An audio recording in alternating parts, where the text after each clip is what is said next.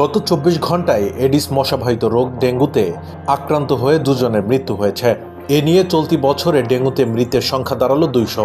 বুধবার স্বাস্থ্য অধিদপ্তর হেলথ এমার্জেন্সি অপারেশন সেন্টার ও কন্ট্রোল রুম থেকে পাঠানো প্রতিবেদনে তথ্য জানানো হয়েছে। প্রতিবেদনে বলা হয়, গতকাল মঙ্গলবার সকাল ৮টা থেকে আজ বুধবার সকাল ৮টা পর্যন্ত ৪৯০ জন ডেঙ্গু আক্রান্ত হয়ে হাসপাতালে ভর্তি হয়েছেন। এর মধ্যে ঢাকা মহানগরের হাসপাতালগুলোতে ১৪২ জন, বরিশাল বিভাগে ১৩৮ জন, ঢাকা বিভাগে ১০০ জন, চট্টগ্রাম বিভাগে ৬০ জন, ময়মনসিংহ বিভাগে ২৮ জন ও রংপুর বিভাগে ২২ জন ভর্তি হয়েছেন। ডেঙ্গুতে আক্রান্ত হয়ে মারা যাওয়াদের মধ্যে ১০৪ জন পুরুষ ও ৯৬ জন নারী। এছাড়া চলতি বছর এখন পর্যন্ত এই রোগটিতে আক্রান্ত হয়ে ৪৭,৮৩২ জন হাসপাতালে ভর্তি হয়েছেন।